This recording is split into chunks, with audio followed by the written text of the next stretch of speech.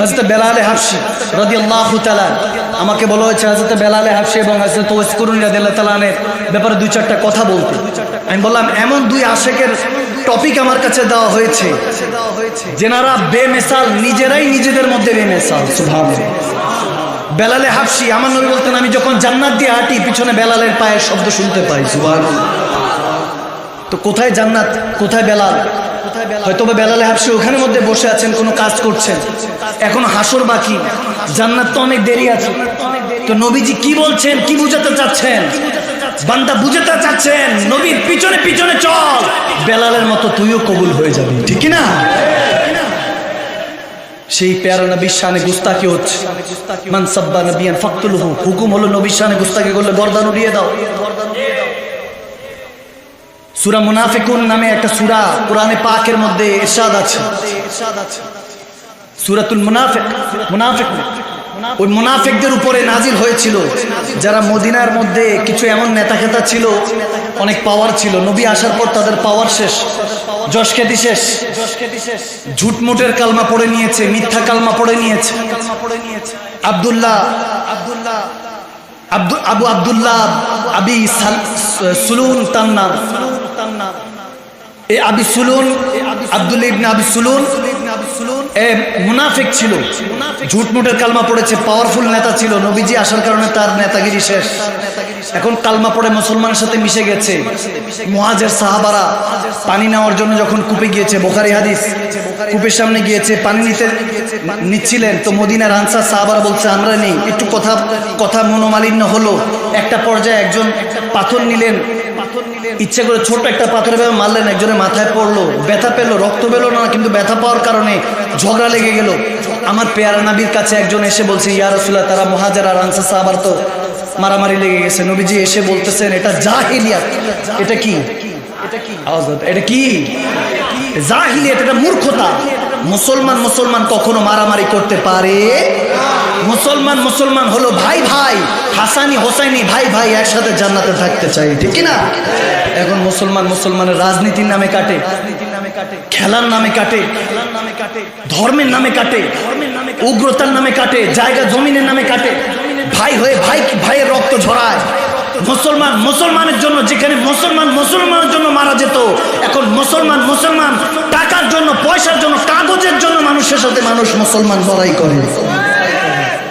আগে আসছিল তামা, তারপর আসছে রূপা, রূপার থেকে স্বর্ণ, থেকে তামা, তামার থেকে রূপা, এরপর আসছে কাগজ, এখন আসছে এটিএম কার্ড, প্লাস্টিক, এরপর আসছে সংখ্যা, বিকাশ, নগদ। আওয়াজ দেয় না, বুঝলাম না। থাক বাবা, আপনাদের কষ্ট হচ্ছে মনে না, যে 1 ঘন্টার উপরে হয়ে গেছে, 1 ঘন্টা প্রায়, আমি 12টা 3 মিনিটে ধরছি, এখন একটা 7 চলে, কি ছেড়ে দিব? 1 ঘন্টা হয়েছে কি? আমার এখনো শুরুই হয়নি, আমি একটু পরে শুরু করব। কি আপনাদের কি খারাপ লাগছে? আওয়াজ দেয় না, কিছু খারাপ লাগছে? আমার বাবা বলে 3 ঘন্টা, 3 ঘন্টায়, হ্যাঁ আরো 3 ঘন্টায় করবো। মাশাআল্লাহ, আপনাদের কষ্ট হবে না তো বাবা? মাশাআল্লাহ, ময় মুরব্বীরা যেহেতু কষ্ট হচ্ছে না, তাহলে যুবকদেরও কষ্ট হওয়ার কথা। আল্লামা জুমুর রাদিয়াল্লাহু তাআলা কথা মনে পড়ছে আমার মুরব্বী বাবাকে দেখে। হযরত জুমুর উহুদের ময়দানে 4 সন্তান সহ শহীদ হয়েছে। সুবহানাল্লাহ বলে।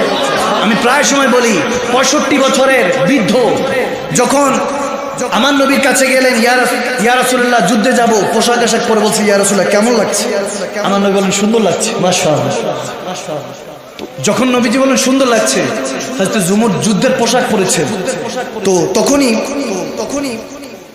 এখনই কালামের রিকোয়েস্ট আসা শুরু হয়েছে। আচ্ছা, শোনা মনে কালাম।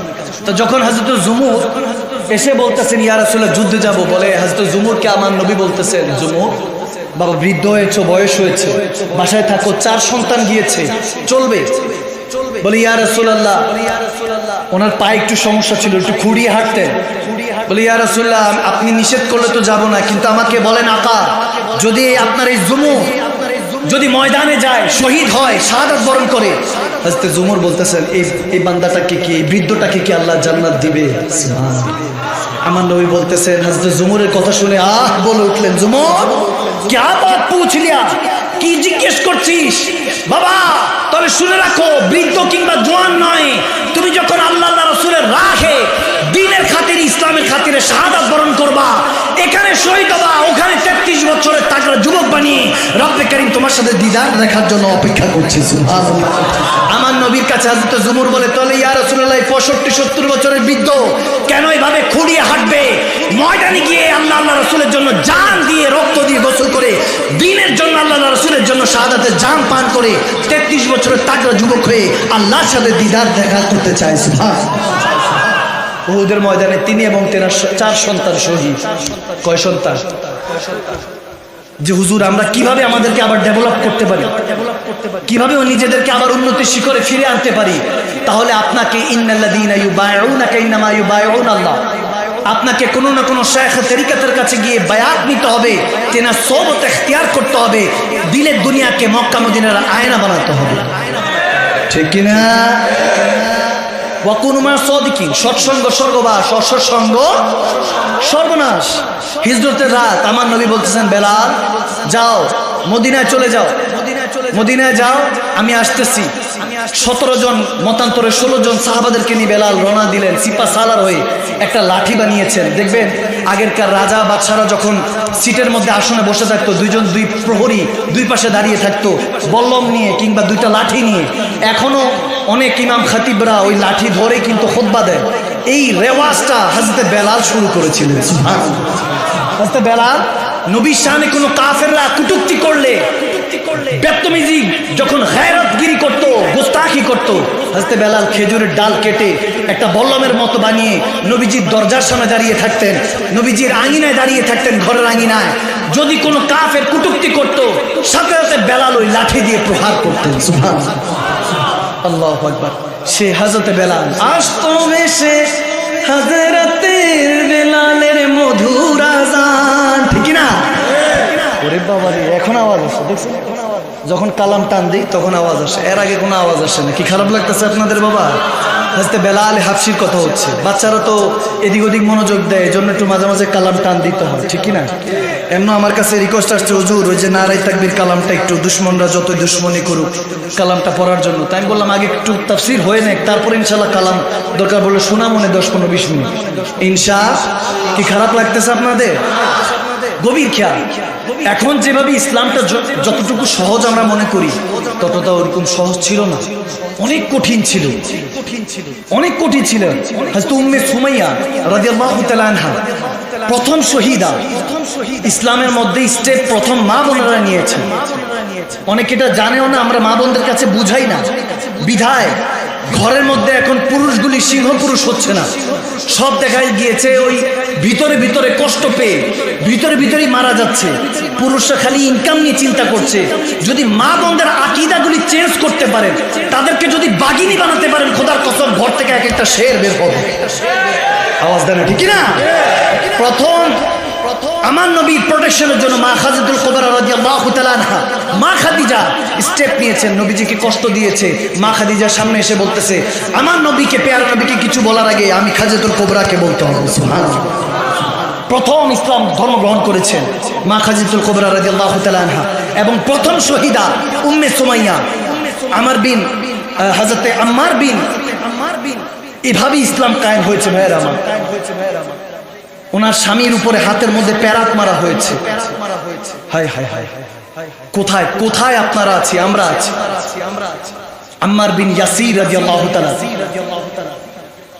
সেই সাহাবার কথা। এই যে আমরা বলি না জান বাঁচানোর আগে মিথ্যা বলা জায়েজ আছে, কি বলি না অনেক সময়, এটা জায়েজ আছে। এটা কোরআন হাদিস থেকে নেওয়া। জান বাঁচানোর আগে মিথ্যা বলা জায়েজ আছে। দুই জায়গায় মিথ্যা বলা জায়েজ আছে।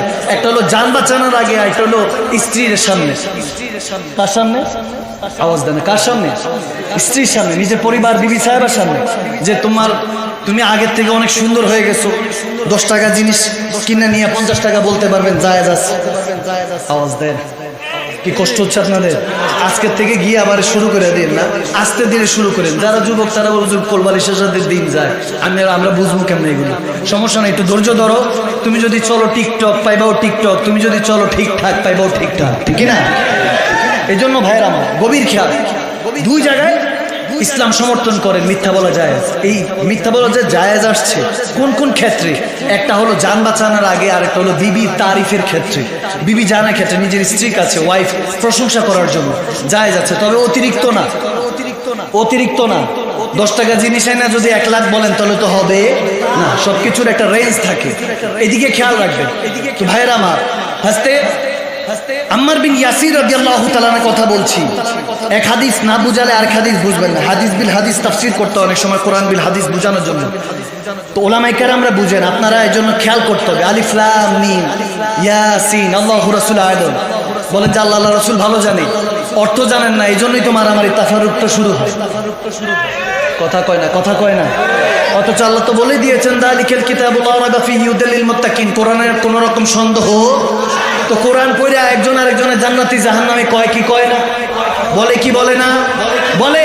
কোরআন থেকে দলিল দেয়, বলে আনা বাশারুম মিসলুকুম, আমরা হুজুরে পাককে বাশার বলছি, নবীজি হলে মানুষ। আমরা বললাম হ্যাঁ মানুষ, কিন্তু তিনি আমাদের মতো নয়, তিনি সর্বশ্রেষ্ঠ মাখলুকাত, ঠিক না? মানুষের মধ্যে মানুষ হয়ে এসেছেন বাশার হিসাবে। আবার আমরা বলি ক্বাদ জাআকুম মিনাল্লাহি নূরুন ওয়া কিতাবুম মুবিন, আমরা নবীজিকে নূরও মানি, আমরা নূরও মানি, মানুষও মানি, কিন্তু নূরুন মিন নূরিল্লাহ, আল্লাহর পক্ষ থেকে শ্রেষ্ঠ মানব নূর হিসাবে আমাদের কাছে এসেছেন, ঠিক না? আমাদের কাছে পেয়ারা নবী নূরুন আলা নূর হিসাবে এসেছে। যদি নবীজি ফেরেশতার মতো আসতেন তাহলে জুবান শুনতাম না, দেখতাম না, পড়তাম কিভাবে, জিন্দেগি কেমনে পাইতাম? নবীজি 63 বছর হায়াত। এজন্য আমার মাথায় ঢুকে না যে কি পয়রা, কি খাইয়া, কি পড়ে, কি পড়ায়, সব খালি ঠিক আর ঠিক। হাজার হাজার মানুষগুলো ঠিক যে বলতেছে, কি বুঝে ঠিক বলে, মাঝে মাঝে আমার আকলে ঢুকে না যে আপনারা আমার নবীকে 8-10টা মুর্দা মানুষের মতো মদিনাতুল মুনাওয়ারায় পড়ে আছে, বলতে থাকে সব কয় ঠিক, নাউজুবিল্লাহ, বলে কি বলে না? তো কোরআন থেকে সব দলিল দিতে থাকে, কিন্তু কোরআন আমাদেরকে বলতেছে তোমরা মুত্তাকিনদের কাছে যাও, আল্লাহ ওয়ালাদের কাছে যাও, ইত্তাকিল্লাহ, যাদের অন্তরে ফাত্তাকুল্লাহ মাস্তাতাতুম, রু দিয়ে জেসম দিয়ে আল্লাহকে ভয় করে, তাদের কাছে যাও। তারা তোমাদেরকে শিখাবে যে কিতাব কি। যখন বুঝে যাবা ওই কিতাবই হলেন আমার হুজুর, আমার নবী। যখন বুঝে যাবা, কারণ এই কিতাব তো ওই জামানায় ছিল না, আমার নবীর ইন্তেকালের পরে কিতাবকে একত্রিত করা হয়েছে। আমি যদি বলি প্রফেসরের মানুষ এটা কি কিতাব, এটা কি বই, বলবেন না না হুজুর দিস ইজ পেজ, এটা একটা পৃষ্ঠা, এটা তো কিতাব না। এখন নবীজির উপরে যখন আসমানি কিতাবগুলি, আয়াতগুলি নাজিল হচ্ছে, কেউ মুখস্থ করেছেন, কেউ কলা গাছ পাতা লিখেছেন, কেউ চামড়া লিখেছেন, বিক্ষিপ্ত পড়ে আছে, এটা তো কিতাব না। কিতাব তো তখন হয় যখন 200-250 পৃষ্ঠার একটা বই ছাপা হয়, একত্রিত করা হয়, তখন কিতাব বলা হয়, বই বলা হয়, বুক বলা হয়। বললাম এই কিতাব তো ছিল না। তখন ডাক দিয়ে আল্লাহর ওয়ালিরা, গৌসুল আজম, দাস্তাগীর, মেহবুবে সুবহানি, কুতুবে রাব্বানি, আল্লাহ ওয়ালারা শিখাবেন, বান্দা ইকরা বিসমি রাব্বিকাল্লাযী খালাক। যখন ওই আয়াতে কারিমা নাজিল হচ্ছিল, আমার রাসূল পাকের সিনায় নাজিল হয়েছে। আমার নবীর ইন্তেকালের পর আবু বকর সিদ্দিক রাদিয়াল্লাহু তাআলা উসমানে গনিকে সাথে নিয়ে শের খোদা আলীর পরামর্শে কাতেবে ওহীদেরকে নিয়ে কোরআন একত্রিত করেছেন, 4খানা বানিয়েছেন, এরপরে পৃথিবীতে ছড়িয়েছেন। এর আগে কোরআন পৃথিবীতে ছিল না, আমার নবী সিনা মোবারকে ছিল। আর আল্লাহ বলতেছেন যালিকাল কিতাব, এটা সেই নবী, লা রাইবা ফীহি, নবীর মধ্যে সন্দেহ তালাশ করিস না, নবীর হয়ে যা, হুদাল লিল মুত্তাকিন, ওলি আল্লাহর কদমে যা, নবীকে চিনতে পারবি, সিজদা দিবি। ওই যে নবী শুকরিয়া আদায় করতে বলেছিলাম, ঈদ মিলাদুন নবী পালন হয়ে যাবে, আমি আল্লাহর সিজদা আদায় হয়ে যাবে, শুকরিয়া আদায় হয়ে যাবে। ওই নামাজের শুকরিয়া আদায় থাকবে, যখন আসসালাতু মিরাজুল মুমিনিন, নামাজ তোর জন্য মেরাজ হয়ে যাবে। সুবহান রাব্বিল আলা বলতে দেরি হবে না, পর্দা সমস্ত সরে যাবে, আমি রব্বুল আলামিন তোর সাথে মেরাজ করে দিদার করে দিব। সুবহান।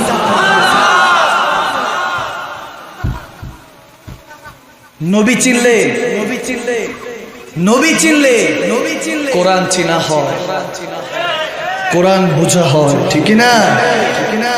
শুধু কোরআন হাদিস পড়লে তো ভাই আলেম সে হয় না, নবীর প্রেমে মজলো যারা তারাই মৌলানা। আওয়াজ দেয় না, ঠিক কিনা? আপনাদের ঘুম আসতেছে নি? আব্দুল্লাহ ইবনে আবি সুলুল, ওই যে বললাম মুনাফিক, মুহাজির সাহাবা, আনসার সাহাবা, কোন রকম ঝুটফুট কালমা পড়েছে, যার উপরে মুনাফিকুন সূরা কোরআনে পাকে নাজিল আছে, সে আনসার সাহাবার, মুহাজির সাহাবাদের মধ্যে যা তাফারুক চিন্তা যখন করছে, আমার নবীর কাছে একজন এসে বলতেছেন, নবীজি এসে বলতেছেন, এটা ঝগড়াঝাটি করছো যে, এটা জাহিলিয়াত, এটা মূর্খতা। এটা কি আওয়াজ মনে আছে? মনে আছে? এটা কি? একে অপরে মুসলমান হয়ে মুসলমান সাথে তর্ক বিতর্ক করবে, কিন্তু হাত পাও যদি ছুড়ে তাহলে বোঝা গেল এটা হলো মূর্খতা, এটা হলো জাহিলিয়াত, ঠিক কিনা? তা আমাদের কথা না, আমার পেয়ারা নবীর কথা, আল্লাহর হুকুম। যখন এ কথা হচ্ছে, নবীজি এটাকে থামিয়ে দিলেন, তারা স্টপ হয়ে গেল। এরপরে হযরত ওমরের একজন খাদিম ছিল, গোলাম ছিল, তেনাকে পাঠালেন পানি নেওয়ার জন্য। যায় দেখতেছে আব্দুল্লাহ ইবনে আবি সুলুল সে মুনাফিকি করতেছে, এখনো গিরিং লাগাইতেছে, বলে মদিনা থেকে, মক্কা থেকে তাড়িয়ে দিয়েছে, নাউজুবিল্লাহ, আস্তাগফিরুল্লাহ, নাউজুবিল্লাহ, সুম্মা মাআযাল্লাহ। একটু উচ্চ আওয়াজে বলুন না নাউজুবিল্লাহ। বলে মক্কা থেকে সুম্মা মাআযাল্লাহ বেজ্জতি করে যাদেরকে দিয়েছে তাদেরকে মদিনায় এনে, ইয়াসরিবে এনে তোমরা মাথার মুকুট বানিয়েছো, এজন্য তোমাদের এই অবস্থা, নাউজুবিল্লাহ। যখন মুহাজিরদেরকে, আনসার সাহাবাদেরকে বিভ্রান্ত সৃষ্টি করা শুরু করলো, আনসার সাহাবারা যখন বিভ্রান্ত হবেন, হযরত যায়েদ রাদিয়াল্লাহু তাআলা হযরত ওমরের খাদেম ছিলেন, গোলাম ছিলেন, দৌড়ায় এসে হযরত ওমরের কাছে যখন বললেন, উনি তো তলোয়ার বের করে ফেলছেন, গরম তো, ঠিক না? এরকম মাঝে মাঝে দুই একজন গরম লাগে, কি লাগে না? আওয়াজ দেন, লাগে কি লাগে না? যাকে ফারুক আজম ঘোষণা দিয়েছেন কে? আল্লাহ দিয়েছেন। কে দিয়েছেন? আল্লাহ। তলোয়ার বের করছে, ইয়া রাসূল হুকুম দেন, আরেকটা টু শব্দ করার আগে তার গর্দান ফেলে দেই। নবীজি বললেন সবর। কি আওয়াজ দেন না? কি? তার মানে মুনাফিকি করলে কেউ যদি আপনার নামে উল্টাপাল্টা বলে তাহলে কি করতে হবে? আওয়াজ দেন না? কি কি করতে হবে? সবর, ধৈর্য। ইন্নাল্লাহা মা'আস সাবিরিন, ধৈর্যশীলদের সাথে থাকেন কে? আওয়াজ দেন, কে? যখন সে একটু বয়স্ক ছিল, এলাকার ক্ষমতা ছিল, তো ওই যে দেখবেন একজন এমপি হয়েছে, মন্ত্রী হয়েছে, তার আসনে যদি আরেকজন হয়, দেখা যায় যার ক্ষমতা এতদিন ছিল তার ক্ষমতা যখন চলে যায়, এসে যদি হাসি খুশি দিয়ে মিশেও থাকে, মনে মনে কিন্তু মুনাফিকি থাকে। আওয়াজ দেয় না? এরকম এলাকার মধ্যে নাই মনে হয়? আছে না? আছে না? আছে না? দেশেরটা না দশেরটা খাইছে, যখন 10 মিলা লাথি মারছে,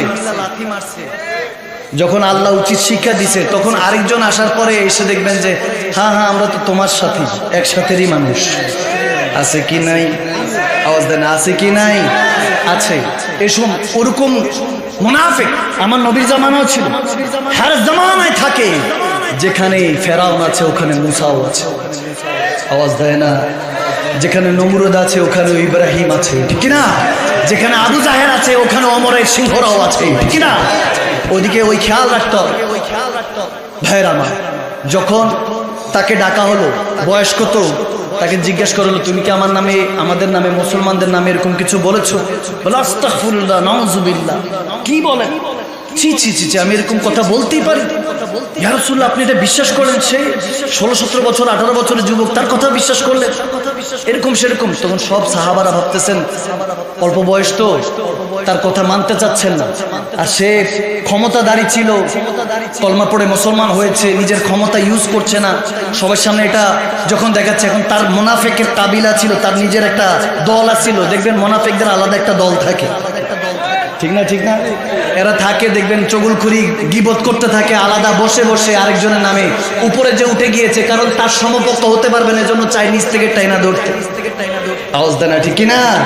ইজ্জতের মালিক কে? আওয়াজ দেন, ইজ্জতের মালিক কে? বেজ্জতির মালিক কে? যতই চেষ্টা করুক নামাতে পারবে না যতক্ষণ না পর্যন্ত আমার খালেক ও মালিক চাচ্ছে, ঠিক না? আর যতই চেষ্টা করুক কেউ কাউকে উঠাতে পারবে না যতক্ষণ পর্যন্ত আমার খালেক ও মালিক না চাচ্ছে। আওয়াজ দেয় না, ঠিক না? যখন সে এরকম বলতেছে, তখন দেখা গেছে এক পর্যায়ে সাহাবারা বলছেন, ইয়া রাসূলুল্লাহ, মনে হয় জায়েদ উল্টাপাল্টা বলছে, তার হয়তো অল্প বয়স তো, কি থেকে কি শুনেছে। কেস রফা দফা। হযরত ওমরের মেজাজও ঠান্ডা হয় নাই, কারণ জানে হযরত ওমর, হযরত জায়েদ কখনো মিথ্যা বলতে পারে না।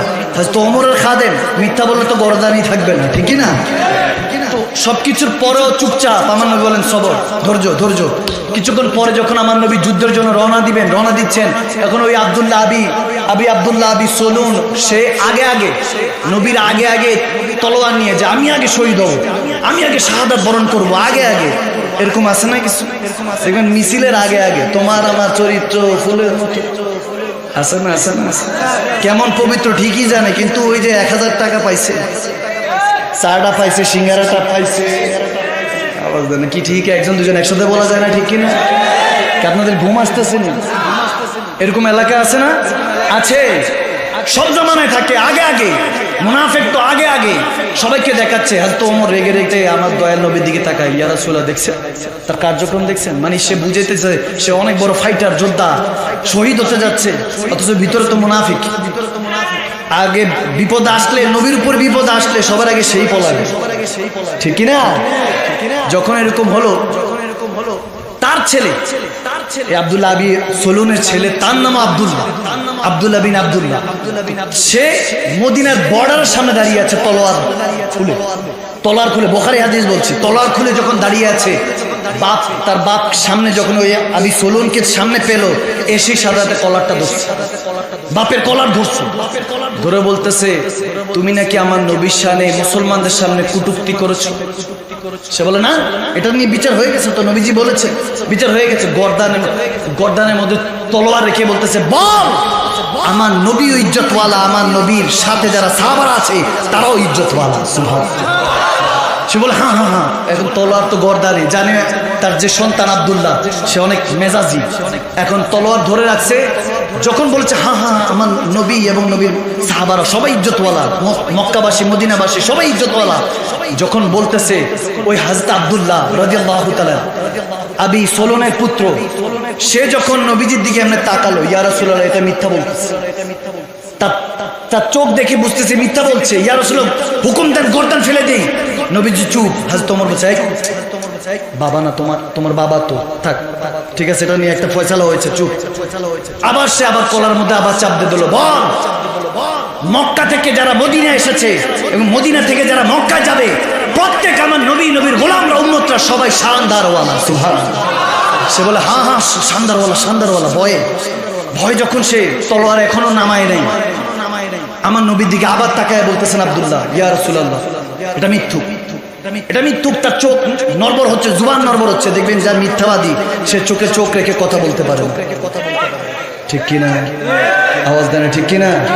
যার ভিতরে ঘাপলা থাকবে সে কখনো চোখে চোখ রেখে কথা বলতে পারে না। আর যদি সে মুমিন হয় সে কখনো চোখ থেকে চোখ নামাবে না, ঠিক কিনা? যখন এটা বলতে লাগলেন, এখন দ্বিতীয়বারও নবীজির পারমিশন চাচ্ছেন, নবীজি চুপ করে আছেন। হযরত ওমর আবার থামালেন, আব্দুল্লাহ স্টপ, রাগকে কন্ট্রোল করো। নবীজি যেখানে দাঁড়িয়ে আছেন বেয়াদবি করে না, রাগ কন্ট্রোল করো বলতেছেন। তৃতীয়বার আবার হযরত আব্দুল্লাহ আবু সুলনকে তার বাবার গর্দানের মধ্যে তলোয়ার আরো শক্ত মতো ধরে বলে, বলো নবীজি আরশের মেহমান, সে আরশের মেহমান, আমার প্যারা নবী আজ থেকে শুরু করে কিয়ামত পর্যন্ত এবং কিয়ামতের পরও নবীর গোলামরা, নবীর উম্মতরা শানদারওয়ালা। সুবহানাল্লাহ। যারা নবীর কলমা পড়বে তারাও শানদারওয়ালা, যারা নবীকে ভালোবেসেছে দেখে ভালোবেসে তারাও শানদারওয়ালা, যারা না দেখে ভালোবেসেছে তারাও শানদারওয়ালা। সুবহানাল্লাহ। সে যখন জুবান দিয়ে বলছে হ্যাঁ হ্যাঁ শানদারওয়ালা, হযরত আব্দুল্লাহ আবার প্যারা নবীর দিকে তাকিয়ে বলছে, ইয়া রাসূলুল্লাহ এটা মুনাফিক, এর গর্দান উড়িয়ে দে, হুকুম দেন। নবীজি যখন চুপ থাকতেছেন, হযরত ওমর বারণ করার আগেই সে তলোয়ার খুলে এক কোবে তার বাপের গর্দান যখন আলাদা করে দিল, হযরত ওমর স্ট্রেঞ্জ হয়ে গেলেন, তাজ্জুব হয়ে গেলেন। হে আব্দুল্লাহ কি করলা? তোমার বাবার গর্দান তুমি নিয়ে ফেললা, নয়তো মুসলমান বলবে যে মুসলমান হয়ে মুসলমানকে কাতাল করছে, হত্যা করছে। এর আগে এতদিন ধরে কোনো মুসলমানের গায়ে হাত তোলে নাই, এখন মুসলমানের মধ্যে তো মুনাফিক প্রবেশ করেছে ওই জামানায়। এখন সবাই তো এগুলো বুঝবে না, এই ভুল ভ্রান্তি হয়ে যাবে। যখন এরকম হচ্ছে হযরত ওমর ডাক দিলেন, আব্দুল্লাহ কি করলা? বাপকে হত্যা করলা, মুসলমান হয়ে মুসলমানকে হত্যা করলা। বলে না, আমি মুনাফিককে কাতাল করেছি। মুনাফিককে সাথে জিবরিল আমিন চলে আসলেন আয়াতে কারিমা সূরাতুল মুনাফিকিন নিয়ে, আর আমার নবীকে বলতে লাগলেন, হ্যাঁ মুনাফিক এরকম থাকবে যারা বলবে, মুখে বলবে আপনার সাথে আছি, কিন্তু কাজে অন্তরের মধ্যে থাকবে না। তাদেরকে চিনে রাখতে হবে, সময় মতো তাদেরকে দৃষ্টান্ত শাস্তি দিতে হবে, ঠিক কিনা? যখন বলতেছে ওমর রাদিয়াল্লাহু তাআলা বলতে লাগলেন, তুমি কেন কাতাল করলা? বলে 3 বার আমার নবীকে জিজ্ঞেস করেছি, নবীজি খামোশ ছিলেন। চুপ থাকা সম্মতির লক্ষণ। নবীজি হাও বলেন নাই, নাও বলেন নাই। তৃতীয়বার যখন নবীজি দেখলাম কোনো হা না বলে নাই, বুঝতে পারলাম আব্দুল্লাহ মুমিনার চিনতে দেরি নাই, কমিনকে এখনই জাহান্নামে, ফিনারে জাহান্নামে খালিদিনা, জাহান্নামে পাঠাতে হবে। এজন্য সাদাতে তার গর্দান উড়িয়ে আমি তাকে জাহান্নামে পাঠিয়ে দিয়েছি। আল্লাহু আকবার। আরো জোরে বলেন আল্লাহু আকবার। হেদায়েতের মালিক কে? হেফাজতের মালিক কে? এইভাবে যুগে যুগে মুনাফিকদেরকে সাইজ করা হয়েছে। কিন্তু এখন হযরত আব্দুল্লাহ নাই, হযরত ওমর নাই, খালিদ বিন ওয়ালিদ নাই, এখনো রতুল গাজী, ওসমান গাজী নাই, সালাউদ্দিন আইয়ুবী নাই। মাঝে মাঝে একা একা বলতে ইচ্ছা হয়, হে সালাউদ্দিন আইয়ুবী, আপনি আর কবরে ঘুমায় থাকেন না, উঠে আসেন। হে ওমর ইবনুল খাত্তাব, অনেক ঘুমিয়েছেন, চলে আসেন। হে শের খোদা আলী, হে রতুল গাজী, ওসমান গাজী, অনেক শুয়েছেন, আসেন, উম্মতকে দিশা দেন, উম্মতের হয়ে লড়েন। এখন জোর যার মুল্লুত্তার অবস্থা এমন চলতেছে, আগে জালেম নাকি ছিল, জালেমকে হটিয়েছে, আবার কুরসিতে বসছে, আবার জালেম। আওয়াজ দেন। আল হক কুমরুন, হক কথা একটু দ্বিধা তো, ওই জন্য আওয়াজ বার হয় না আপনার।